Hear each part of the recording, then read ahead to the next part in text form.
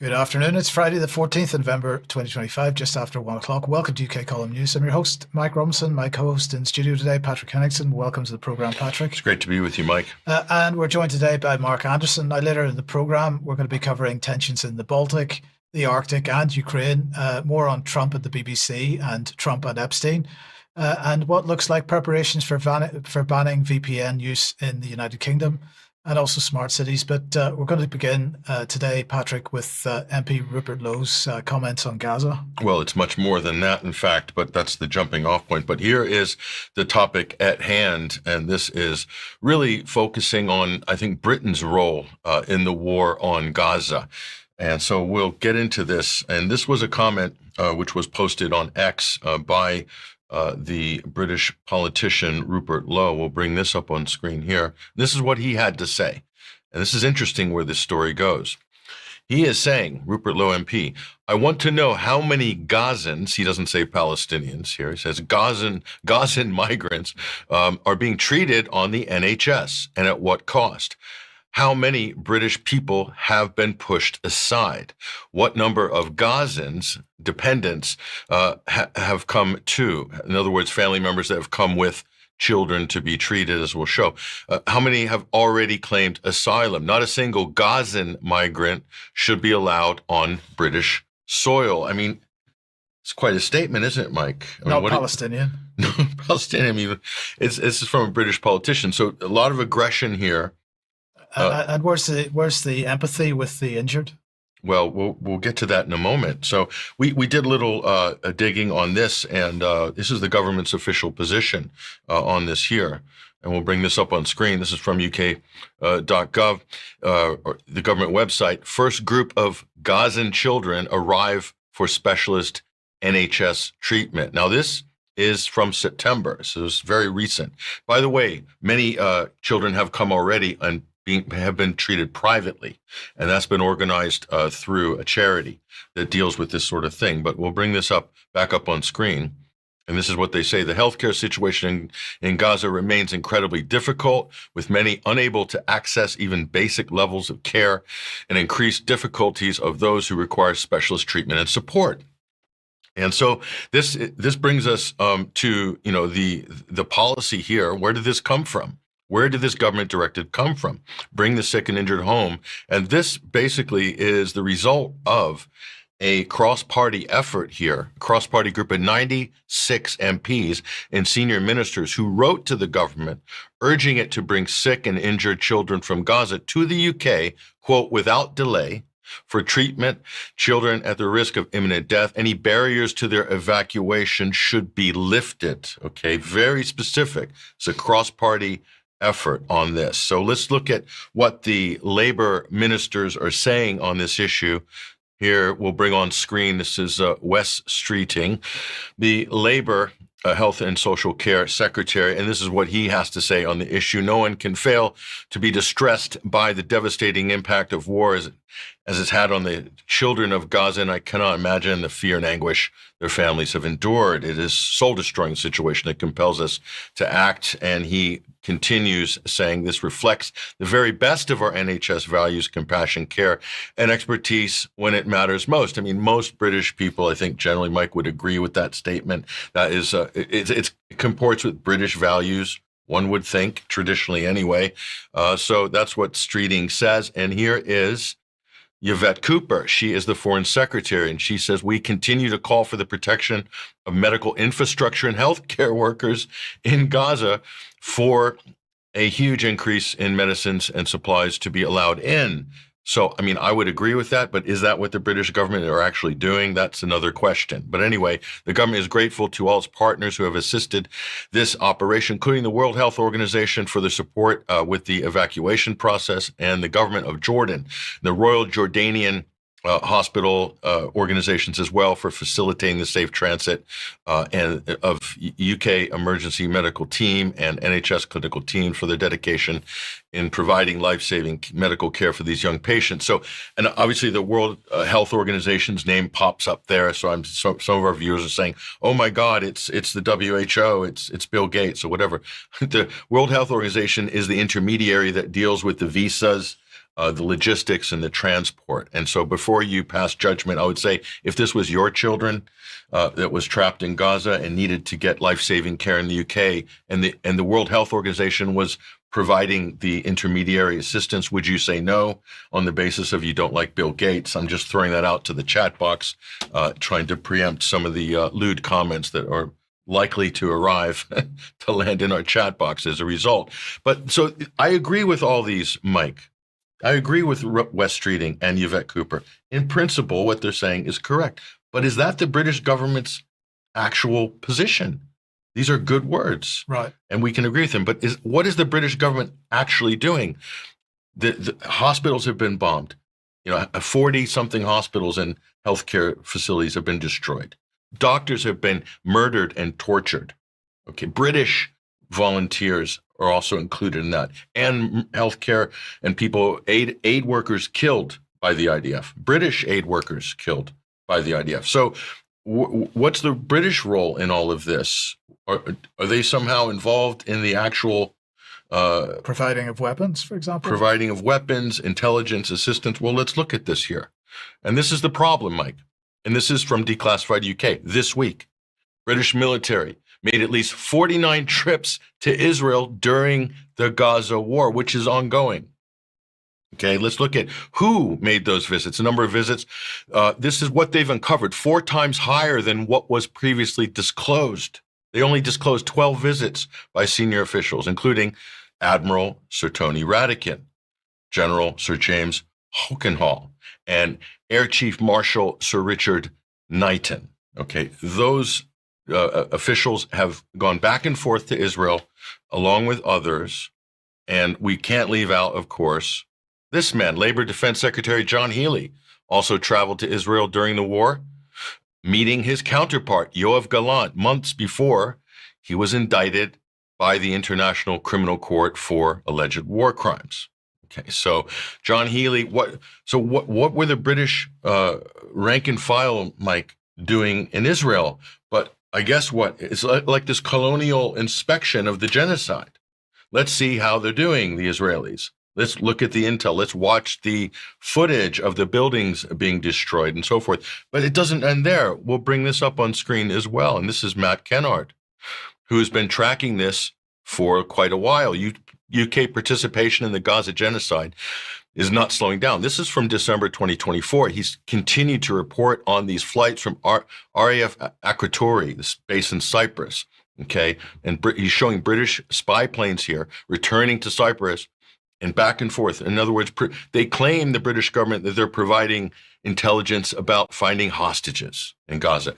But if you consider the fact that Israel's killed many of its own hostages, that's really providing intel about targeting Palestinians, including 200 plus journalists who've been targeted and killed. Is that the sort of data that Israel's processing from the the British surveillance flights from the RAF that are taking off from RAF Akrotiri? I mean, these are fair questions. So this is what the British government is doing on one side, is assisting Israel in destroying Gaza.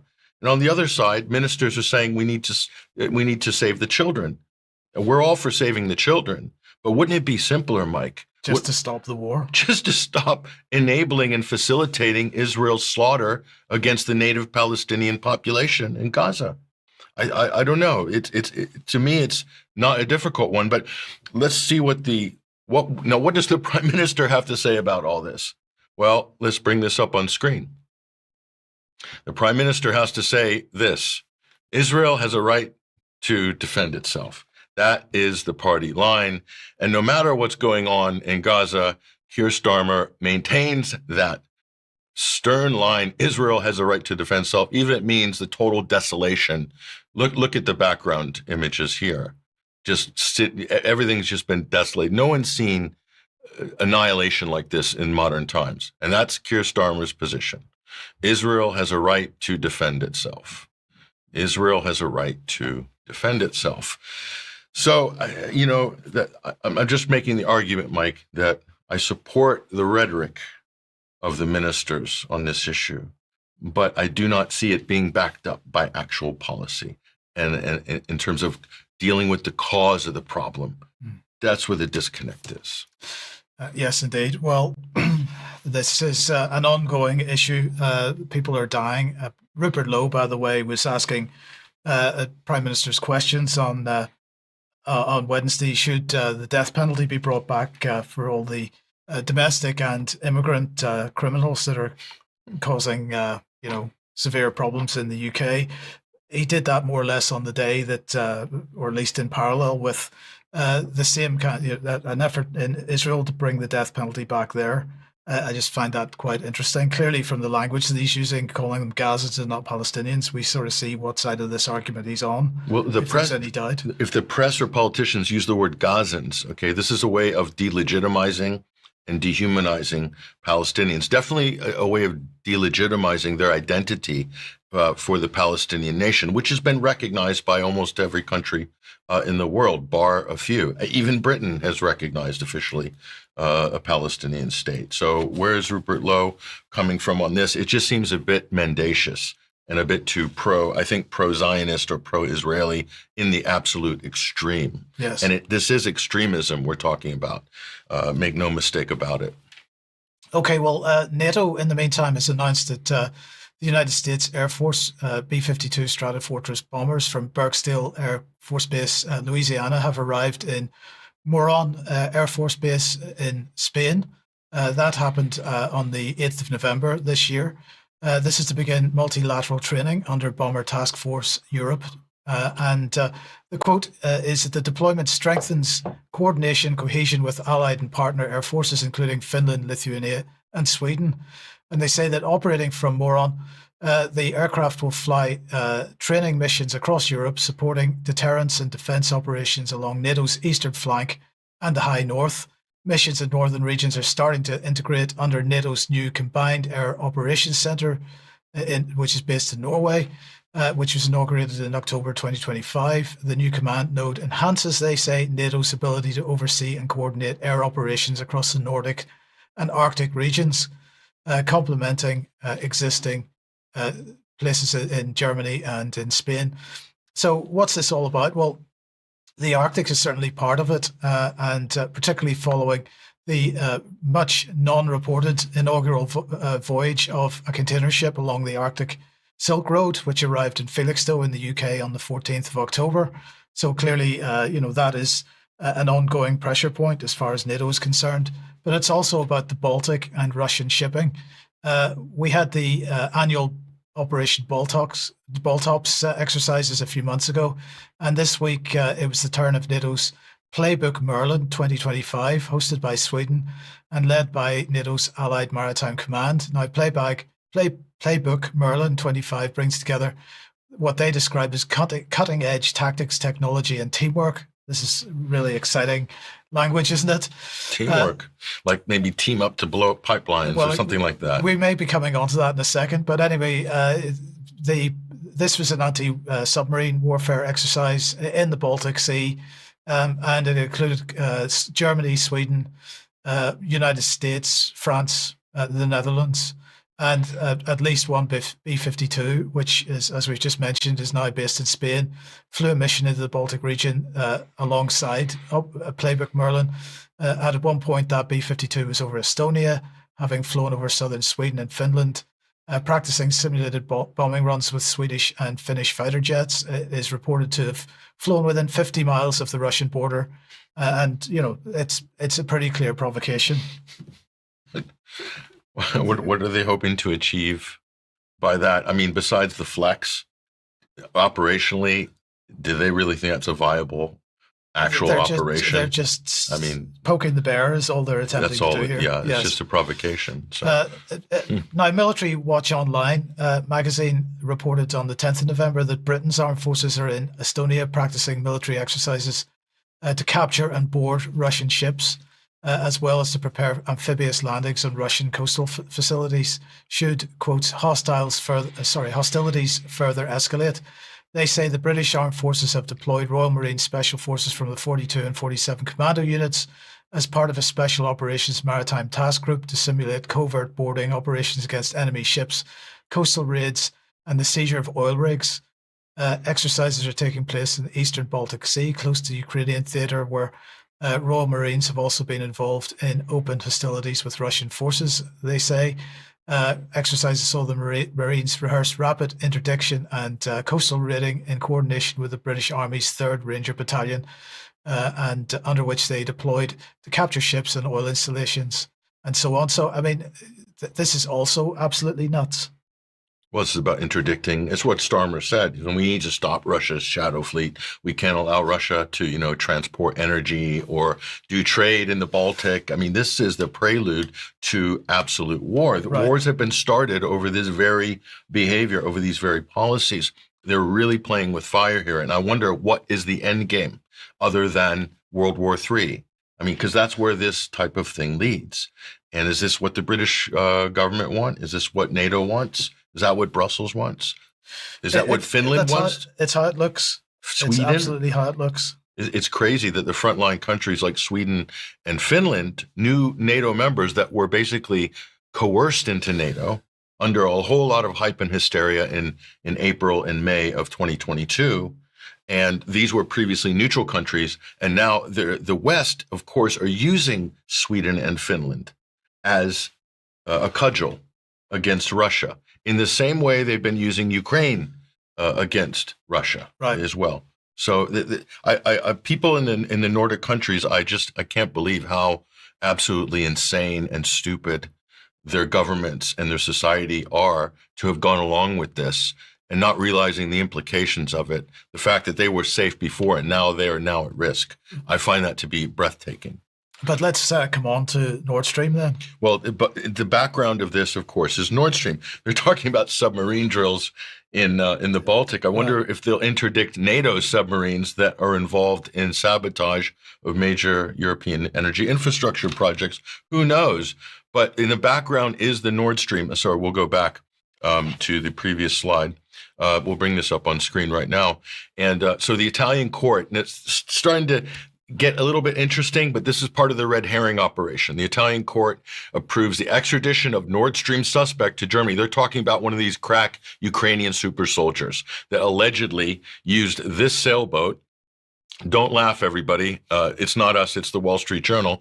They used this 50-foot sailboat to supposedly hit 3 pipelines that are, in the bottom of the Baltic, impossible to locate, and with the amount of equipment and so forth, they did it all out of a 50-foot pleasure craft. Okay, believe it or not. So that they're still using, but they're using this Ukrainian Nord Stream story, Mike, to basically divert attention away from the Western countries and NATO.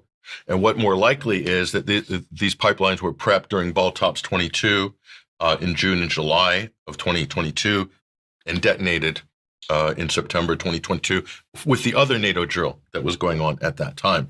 So the Ukrainian red herring story is just a convenient distraction. And so this is going on. It's also being used to create tension between Poland and Germany. And the United States is quietly pushing that, as are the British. So, and the reason they're doing that is they're trying to maneuver Poland and Germany strategically in order to do certain things vis-a-vis Ukraine, and also manipulate the politics in Poland. It's very clear that's what's going on, including the claims of reparations. Poland is asking for reparations now for World War II, imagine, from Germany after 80 years. And the United States is egging them on. At the same time, they're also claiming to, want to support Germany as well. But they're trying to, the U.S. want to move a lot of their assets from Germany into Poland in terms of moving the Iron Curtain, the new Iron Curtain, further eastward. That's the bigger picture. And the other thing that's going on between Germany and Poland at the moment, which isn't getting very much coverage over here, is that Poland is accusing Germany of dumping migrants that are in Germany across the border into Poland. And so this is another sort of tension inflection point. So it's the relationship between those two countries is quite shaky, it seems. Yeah, and the migrant issue, of course, again, being used as a little bit of a tool, as it was between Poland and Belarus, which I might report more on as I learn more about that story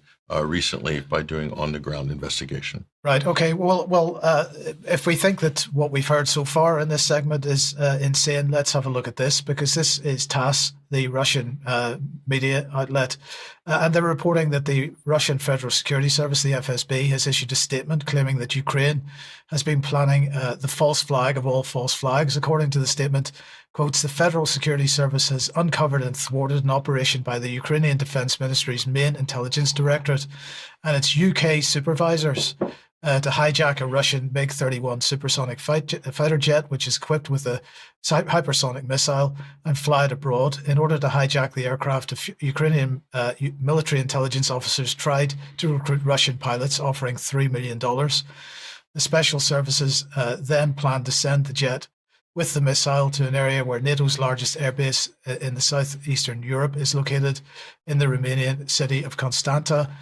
where it could be shot down by air defenses. And they're saying that the measures taken have thwarted the plans of the Ukrainian and UK intelligence services to carry out a large-scale provocation.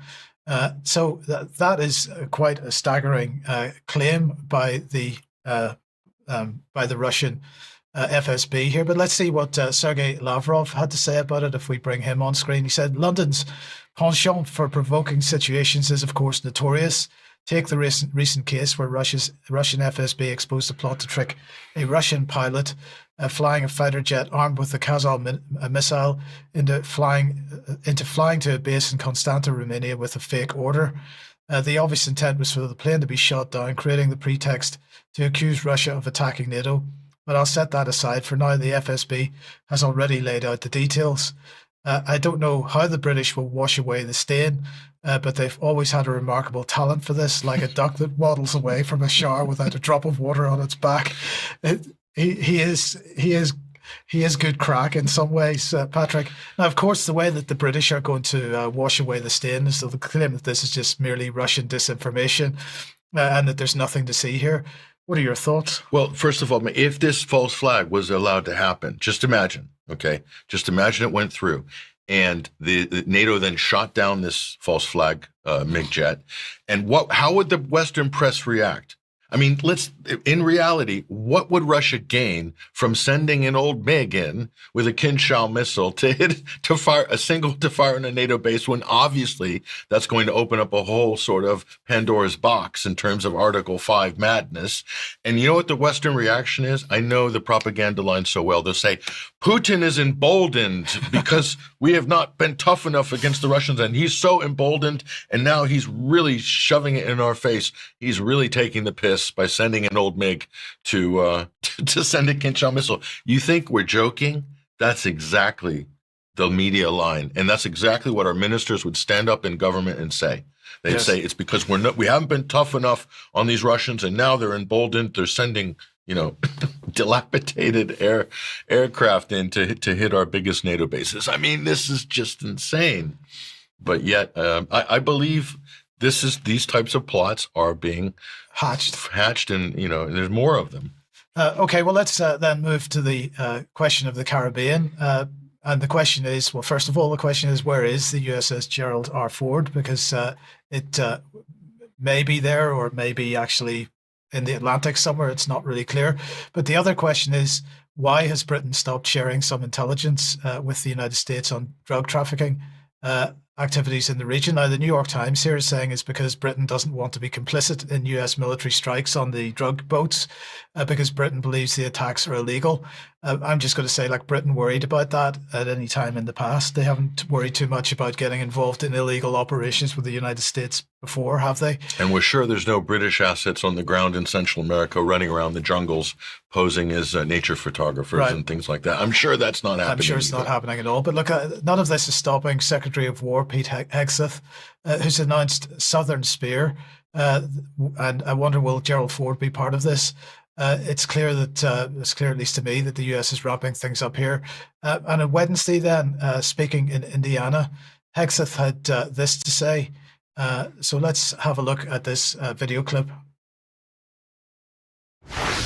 We are deterring China's influence around the world, not to mention the Panama Canal, where we're freeing that canal from malign Chinese influence, ensuring that American ships can sail freely. So we're opening up on all fronts, it seems.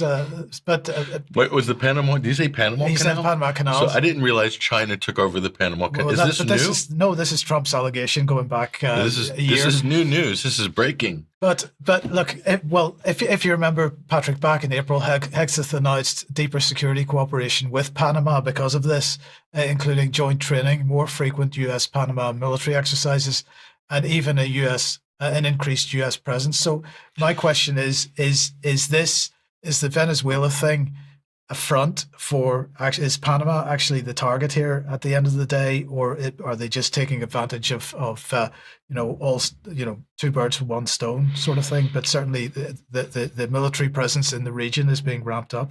That said, there could be some credence to Pete Hegseth's allegations there, because we have detected a high, sharp increase of Chinese takeaway restaurants in Panama City just in the last 24 months. So there might be some legs to this. But all jokes aside, Mike, you're absolutely correct. Geopolitically, those are the big choke points. Yes. It's not just the Panama Canal, but the other competing canals through the massive lake in Nicaragua. But also, they have other projects China is involved in vis-a-vis southern Mexico that would bypass the Panama Canal by a combination of ports and high-speed rail, and with industrial bases built around that. So in other words, the Chinese and the Mexicans are way ahead in terms of their own economic interests. Right.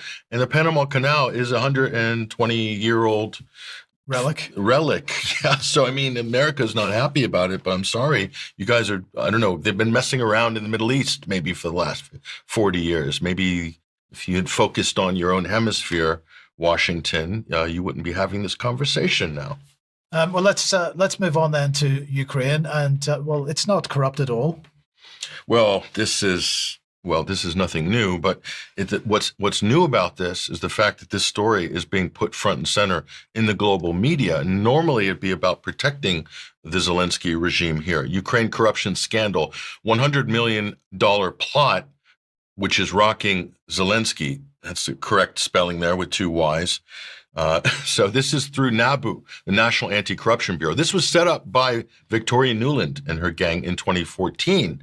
And why did the U.S. set up an anti-corruption bureau in Ukraine? It wasn't to stop corruption. It was to stop any potential whistleblowers and to protect the corruption that the U.S.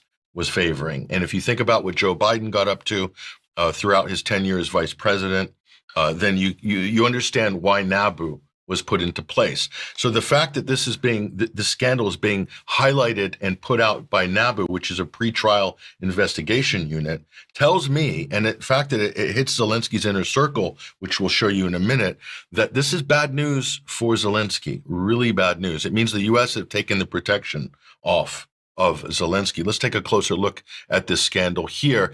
And so who is Timur Mindich? This is Zelensky's business partner, basically, here. And how is he involved in this? Yes, there are piles of cash and photos of these circulating online. And this is the in and out of this. Is reportedly has links to Israel. This is from the Ukrainian press, by the way. Mindich celebrated his birthday in Israel in September, returned to Ukraine in mid-October, and then went to Israel again, according to Ukrainian sources. He's also a longtime friend of Zelensky, not just a friend, co-owner of Kvartal 95. That's Zelensky's media production outfit that was bankrolled by Igor Kolomoisky. That created Servant of the People. That was the sort of covert influence operation to prepare the public for him running for president. So this is a big scandal, and so it looks like this is Zelensky's inner circle being pinched here. It's funny, Mike, how this tracks back to Israeli organized crime. It's just unbelievable, but it shouldn't really surprise anybody here. So all this is happening at the same time. Zelensky is begging for, arms, 27 Patriot missile systems from the U.S. But in the meantime, it's going to take years to fulfill those orders. So Zelensky says he wants to borrow the European allies' systems. So Ukraine's going to empty Europe of its air defenses. Doesn't get any better than this, does it? And so this is what he said to The Guardian recently here. So from a UK perspective, why would you be pouring money into Ukraine? And Keir Starmer says, we're standing shoulder to shoulder with Zelensky. We're going to keep, I think they just okayed another big Christmas aid package for Ukraine here. Let's look at the total spend, though, from the UK government. And we'll go to the House of Commons library here. And we did the math, or they did the math for us, actually, on this. And very close, the relationship. I mean, if we did a slideshow of how many photos we have of them hugging in different locations, I counted at least 20 before the program. And that's only the public photos? Yes, indeed. 21.8 billion since February 2022. Mike, think of how many track and trace apps the British government could have made with that 21.8 billion. I mean, so where is all that money going? Think of all these corruption and graft scandals. The thing about this latest one, it involves the protection of Ukraine's energy infrastructure from Russian attacks. So they're talking about protecting Ukraine's nuclear facilities. Why would Russia ever attack a Ukrainian nuclear facility? Of course, it wouldn't. But the electronic warfare systems and some of these defense systems, all this stuff is going out the back door. Kickbacks for government contracts. All of this stuff has been going. This is just what's been caught. Okay, this has been happening continuously for years. So if you're UK government and other European countries, they're throwing money away because I would say very little of this is being used and actually on the ground for what it's intended for in terms of aid here. So, and the context of this is here, and we'll look at this. UK pledges. You remember this story? 100-year pact. This was from last year, or beginning of the year, January 2025. So this was this grand 100-year commitment for Ukraine. This was the government's pledge. So what I'm saying, Mike, here is that this is not a good investment, Ukraine. I mean, think of how much austerity is going on right now in the UK. And since 2022, they've thrown away over $20 billion. For what? Are they winning the war? Are they doing better? Or is this a losing gambit? Or are we in the sunk cost fallacy? Yes. Type zone here? It's incredible. People need to ask these questions. The numbers certainly aren't looking good. So, and then meanwhile in Europe, and this is the other thing, this is not a popular war in Ukraine. And this story is just so emblematic. Moscow is mocking Zelensky after Berlin asks Kiev to keep its fighting-aged males. So basically, Ukraine's having problems with conscription. They're having problems getting able-bodied males to populate the frontline positions. And Germany's saying that's enough with your, migrants and so forth. You can keep your fighting-aged males. We don't want them anymore. I would think Germany might want them for conscription themselves because they'll have problems conscripting or getting people to at least volunteer to join the German armed forces to meet the levels that we talked about on Wednesday. But just to show you how, again, to underline how unpopular and how incredibly crazy the government in Kiev is in trying to abduct people off the street to serve in the Ukrainian armed forces. There are literally thousands of these videos circulating online the last couple of years. This one is particularly harrowing. Watch this. This is in Ukraine. This is Zelensky's press gangs trying to pick up people for the front lines. Watch this.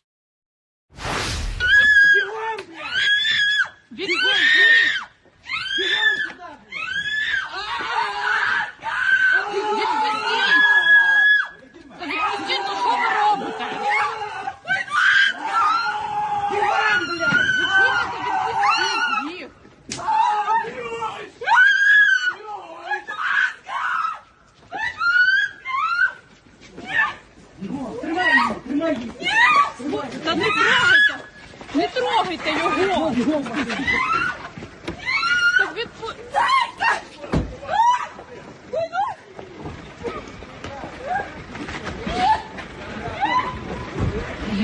що ви робите? Це просто робити.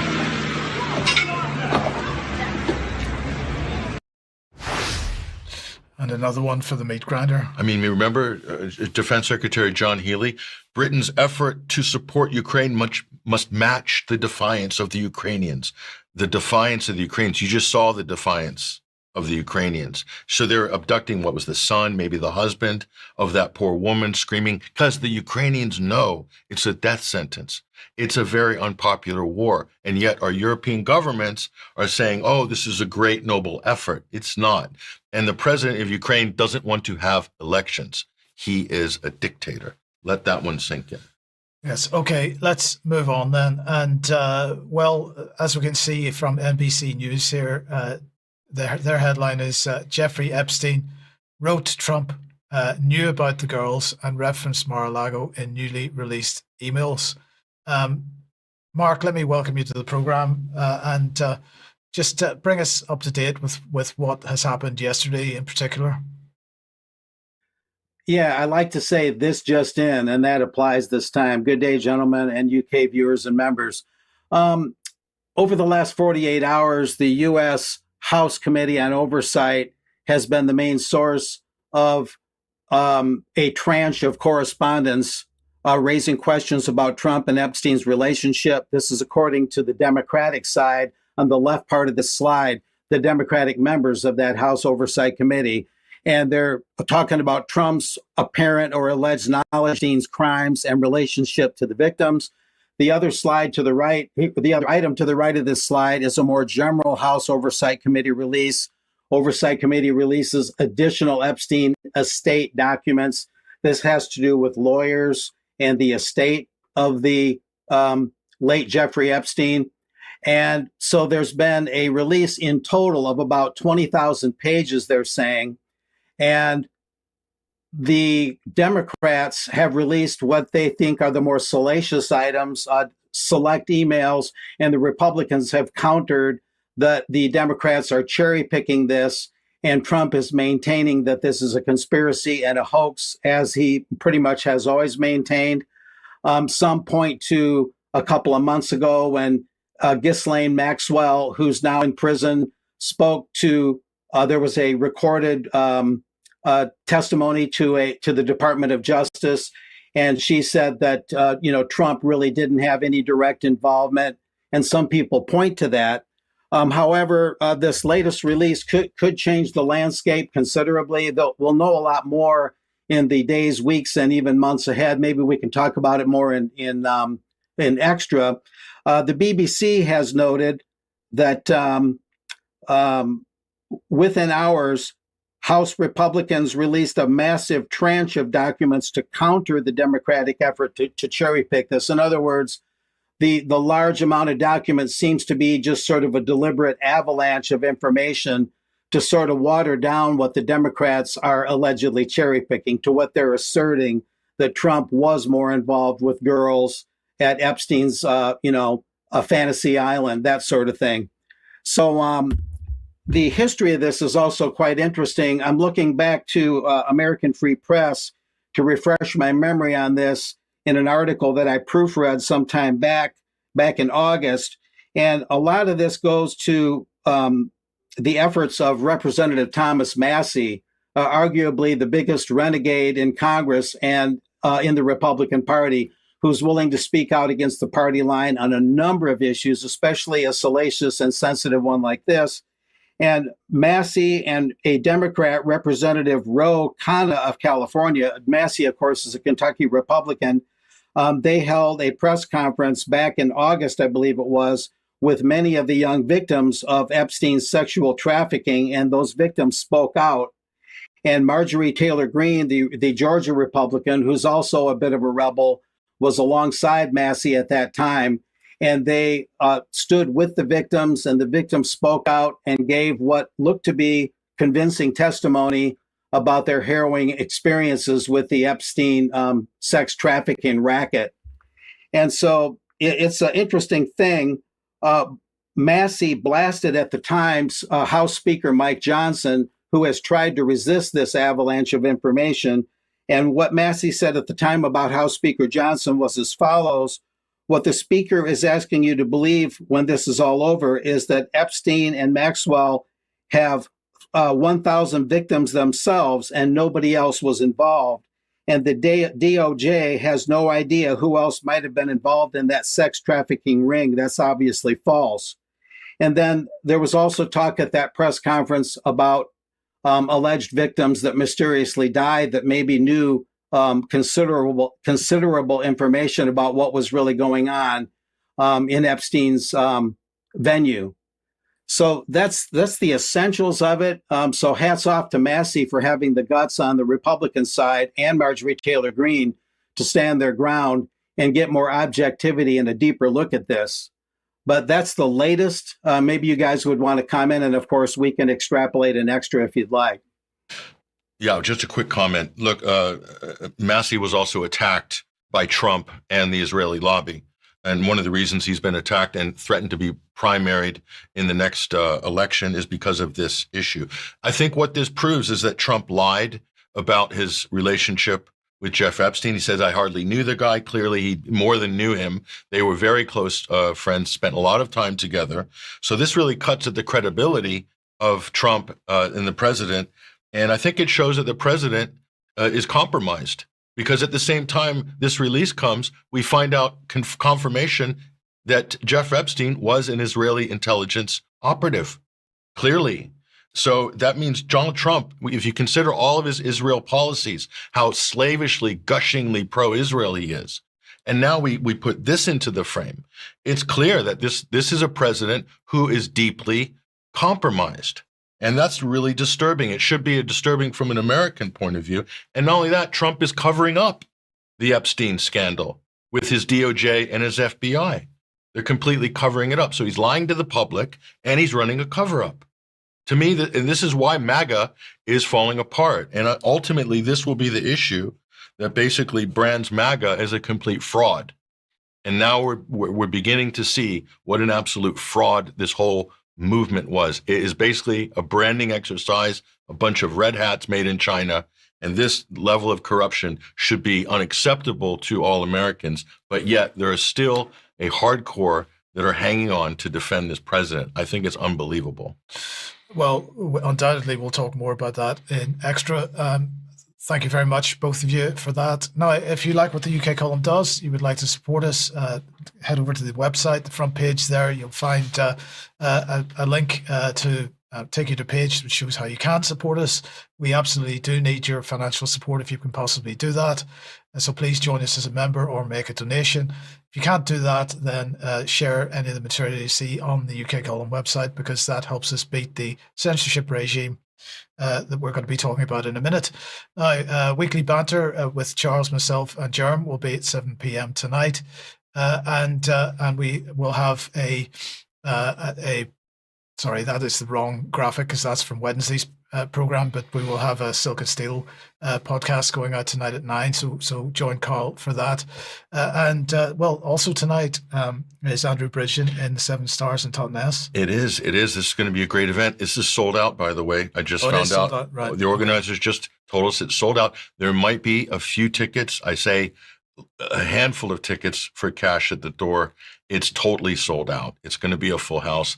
Andrew Bridgen, of course, is a fantastic public speaker. So a lot of people are looking forward to this. Certainly I am as well. And some of our supporters will be attending this tonight in Totnes. Okay. And a reminder of a couple of digital ID events. The Cumbria Against Government Betrayal event happening at Carlisle Market Square.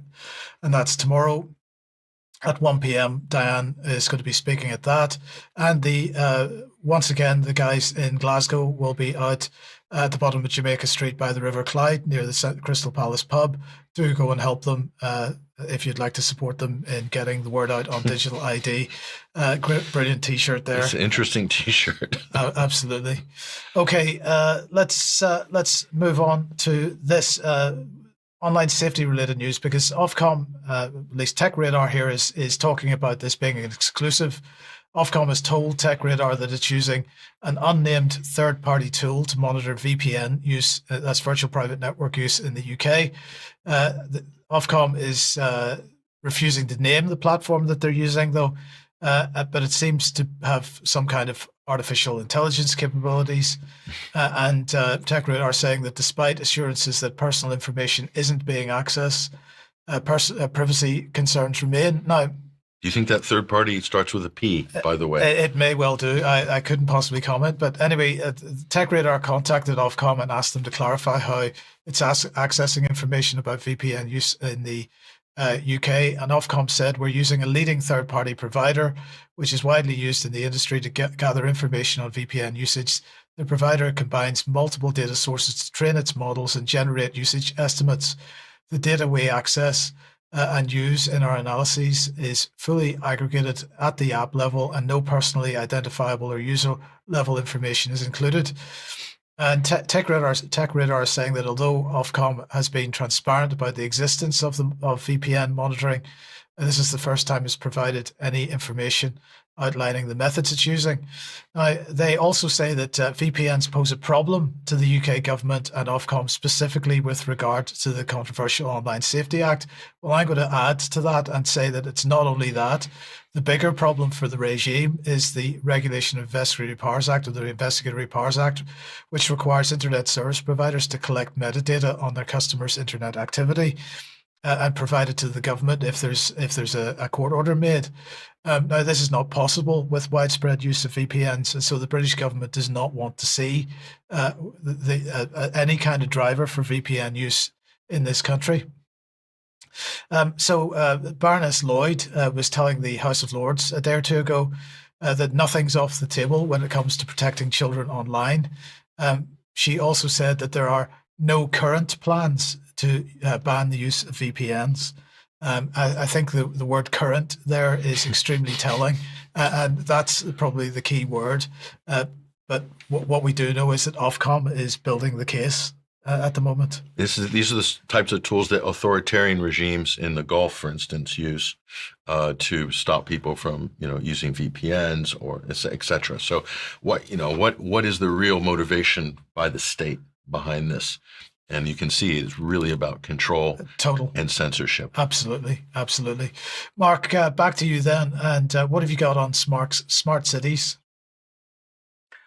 Well, as you may recall, gentlemen, I reported in advance on smart cities in one of two reports I did in the UK column studio during my recent visit for the On Location event in York. And I found a particular thread of information that was interesting. It's a barrage of stuff going on, projects and pipe dreams and very highfalutin kind of stuff. Some of it realistic and maybe helpful and maybe constructive in some ways, but a lot of it very ambiguous. So I found things that are a little bit more tangible and provide some interesting terminology and interesting projects that we can think about here.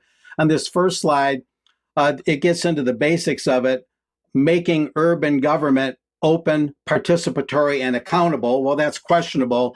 Advancing smart city developments while pushing the boundaries of technology and handling the double-edged sword of data collection, which has to do with security, online security, things like that, requires a careful and deliberate equilibrium involving good governance and cooperation, as well as new partnerships, business models. What are the tools local governments can use to enable products and services with a comprehensive approach to, emphasis again, data governance and privacy concerns? Data governance is significant here. Let's move on and I'll explain. Key Smart City Expo planks. The whole event is Smart City Expo, Chris. That's the full name of it. Digital government and blue economy, along with the World Ocean Council, which is connected to the UN Sustainable Development Goals. Those were the main things that jumped out. Other things, AI regulation and algorithmic transparency and data ethics, not quite as prominent, but also quite prominent. Now, getting into a little bit more about what digital government actually means, we'll move on from there. Digital government, a major company that comes up when you look into digital government is Granicus, based in Denver, Colorado. I think they were formed in 1999. Well, this Reuters item mentions a miscellaneous thing. Granicus owners exploring a $4 billion sale of the software maker, sources say. So this is going on in the background. The private equity owners of Granicus are preparing to explore a sale of the government services software maker that could value it at about $4 billion, including its debt. But to get more specific, we'll go on from there on the next slide. And privatizing government seems to be, a la Bilderberg, the main goal here. Founded in 1999, as I mentioned, Granicus provides cloud-based software and other technology tools to federal, state, and local governments across the world, not just in the U.S. To increase efficiency and transparency, they say, the company designs and maintains government websites, manages public records, so they're privatizing the management of public records, and helps upgrade technology, they say, to make it easier for citizens to contact public officials. The Granicus CEO is Mark Hines, Hynes. Now, I talked to one of the top experts in Michigan, indeed in the Midwest, about data governance. I'll mention this briefly before we go on with the slides. And he manages or oversees the digital systems, the phone systems, the computer systems, you name it, for a major hospital, Bronson Hospital in Kalamazoo, Michigan. And he believes that what Granicus is getting at, and that's getting people involved in their government, but almost more or almost strictly on an online basis. In other words, there's less stress on attending government meetings. There's less stress on getting together under one roof, and more stress about public involvement being strictly through the internet, strictly through filling out forms online, filing complaints online, to where most of your contact with your government is simply online. And the guy that I talked to, the systems expert, said he believes that would actually reduce citizen participation and make government more distant and in many ways inaccessible for the people, although it would be more efficient for certain things like filling out basic forms and some of that basic correspondence. Maybe that would be an improvement in and of itself just in that area. And so going on from there, as we consider the questionable aspects of what Granicus is doing, there was also the talk at the Smart City Expo about the blue economy. And this is not a very widely known concept. It's certainly not household words by any stretch. As political, economic, and climate challenges reshape our world, the need to accelerate a sustainable and resilient blue economy has never been more urgent. They're saying the blue economy is built on the vast yet vulnerable oceans, and it must undergo a profound transformation, they say, to remain viable and deliver long-term value. The blue economy unites entrepreneurs, corporate entities, investors, and experts leading this transformation. Lots of contracts, lots of money exchanging hands for the private sector being moored or connected with government, lots of public-private partnerships here.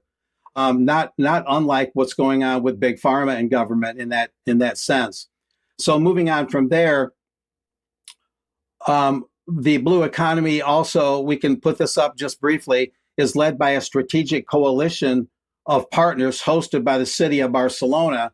So cities are involved, and the global cities movement is becoming much more pronounced in terms of smart cities. You don't hear about global cities by name much anymore, not as much. So they're really funneling it into the smart cities concept. So the Port of Barcelona is involved as a global partner, and we have the World Ocean Council and Oceanovation as strategic partners in the blue economy. So some other interesting and not altogether common concepts there. Moving on, I found that the World Ocean Council is a UN partner in the Sustainable Development Goals, and the WOC, as it's known, is a non-governmental, non-for-profit organization, a UN Sustainable Goals partner, established as an international multi-industry business leadership alliance on ocean sustainability, science, and stewardship, those sorts of things. And then when it comes to Oceanovation, we have a slide on that. And we can skip the World Ocean Council stated mission. That's fairly self-evident. Moving on to Oceanovation, that's connected, as it turns out, we'll show this, to the European Commission. One thing's connected to the UN. Now this is oriented around the European Commission. And this just shows some Oceanovation events, innovation in terms of investments in ocean assets, that sort of thing. But one of those says, let's go back to that slide very briefly. There's one item I wanted to point out. The one to the upper right is a EU-wide implementation developing national restoration plans under the EU's Nature Restoration Regulation of Marine Ecosystems. And they say, unrealistically, I would think, they say they want to restore habitats and restore ecosystems to their original status. And they literally mean original ecosystems, original habitats, possibly as they might have been thousands of years ago, which really sounds like playing God, which really sounds like a presumptuous thing to say. How would they know precisely what the original habitat was? And they talk about renaturing, the concept of renaturing, restoring things in a very profound way in that sense. And so there were some breakout sessions. We can mention, I won't go into these, the rise of private smart cities, promise, practice, and public impact, how to create a greener urban economy, the 5-UP approach, urban planning for systemic climate action, democratic innovation in European cities. That's just to give this report a little more breadth as to what all was covered. And I believe I have one more slide that shows a Norman Rockwell a piece, the artwork of the well-known American artist Norman Rockwell out of his Four Freedoms, and the town hall meeting, the concept where people get together under one roof to influence their government, to have their say, where the citizens can hear what each other has to say. The democratic ideal, especially in New England and across the U.S., the town hall meeting was a long tradition. That seems to be getting buried under this Granicus concept that your only relationship with your government will be a digital one, digital government. So that democratic ideal might be lost despite all the rhetoric of these globalists about wanting democracy and greater democracy. So a lot going on there. And that was just a small slice of it, guys. There was much more that could be said, but those were the most relevant topics. Thank you, Mark. So let's move on then to media. And, well, you'll be glad to know that the BBC has apologized to US President Donald Trump for their Panorama episode that spliced parts of his speech from the 6th of January 2021 together. But the BBC says that they have rejected his demands for compensation. So he was basically saying that he was going to sue them for $1 billion unless they provided a retraction, apologized, and gave him compensation. He didn't specify how much compensation. Oh, so this would be an out-of-court settlement. An out-of-court settlement, yeah. Interesting. So the BBC said that the edit had given the mistaken impression that President Trump had made a direct call for violent action, and they said that they would not show the 2024 program again. That's very interesting. What about the 2021 Newsnight program? Because people were talking about that yesterday, as we're going to come on to in a second. And the people who were talking about were suggesting that the 2021 edit was even worse. But anyway, as I say, the lawyers for Trump had threatened to sue the BBC for $1 billion. Well, Lisa Nandy, of course, was sent to Parliament or sent to the media this morning to sort of justify everything that's going on. And she said that she's confident that the BBC is gripping this with the seriousness that it demands. Do you think that's likely? Well, geez, I don't know. With the meddling in the U.S. Political system, the BBC was caught doing. So, yeah, I mean, I can recommend the BBC to call Alex Jones's lawyers if they need some help, some Spartan legal assistance. Yeah, well, look, it's the Telegraph which has been leading the charge against the BBC, as we were discussing on Monday and on Wednesday. The Telegraph seems to be financially stable at the moment, with 842,000 digital subscribers in December 2024. Digital subscriptions were up 11% in a year. That's perhaps disappointing news, but anyway, that's the situation. But they've been trying to sell themselves. I don't mean sell themselves as a PR exercise. I mean literally sell the business now for something like 2 years. Flog it.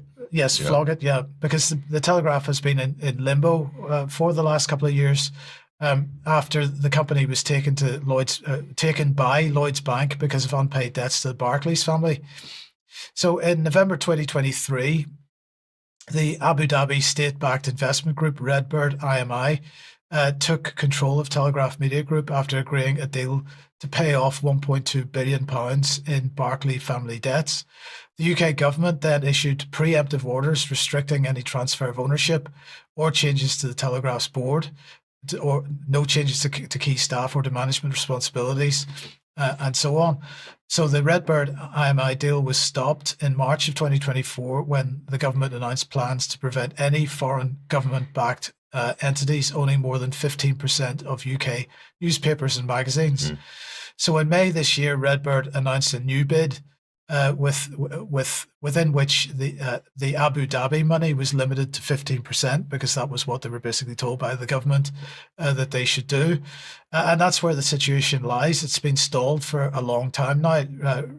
Redbird's Jerry Cardinal, who is the head of Redbird, made a public plea just a few days ago, asking begging the Starmer regime, in fact, to just get out of the way because this deal needs to be done. But unfortunately, as The Guardian is reporting here, the independent directors of the Telegraph who are there while this process continues, while the sale process continues, they've reported to the government alleged comments made by Cardinal to Telegraph editor Chris Evans that are in breach of the rules protecting editorial independence. So what we're seeing here, aside from any other motivations as discussed in Wednesday's programs, are two of the biggest media organizations in the UK fighting with themselves effectively over who's going to control them. So the BBC's in a fight over the Royal Charter and the licence fee. The Telegraph's in a fight over ownership and editorial independence. And so the question is, where does this end? Well, I find it incredible. It's not just that, Mike. The Telegraph is attacking the BBC and provoking them over the license, right, the upcoming review of the license fee. So it's a bit rich considering, they're supposed to be a Tory-aligned, Britain First media outlet, but they're basically bankrolled with Arab money. So I think that's funny. Like, why are these outlets skint in the first place?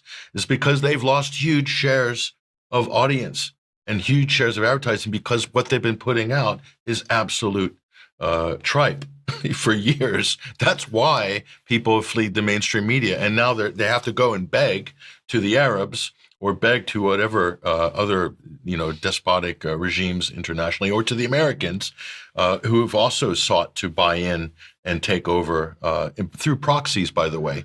And we're talking about private equity firms, right, hedge funds, and so forth. And that's what you're going to see more of when the government comes in with restrictions on this in terms of foreign money. The foreign funds will be able to erect proxies within the UK as shells or individuals that will do the bidding of the foreign powers. Yes. So that's a new trend that's certain to happen now. Well, we're going to be talking a lot more about this in Extra because I know Mark has thoughts on it as well. But unfortunately, we're absolutely out of time for today. We're going to leave it there. If you are a UK Column member, stay on the live stream for UK Column News Extra. We'll be back in a few minutes. Otherwise, don't forget Jerem tonight at 7, Gaza at 9, and we will be back at 1 p.m. as usual for another news program on Monday. We'll see you then. Bye-bye.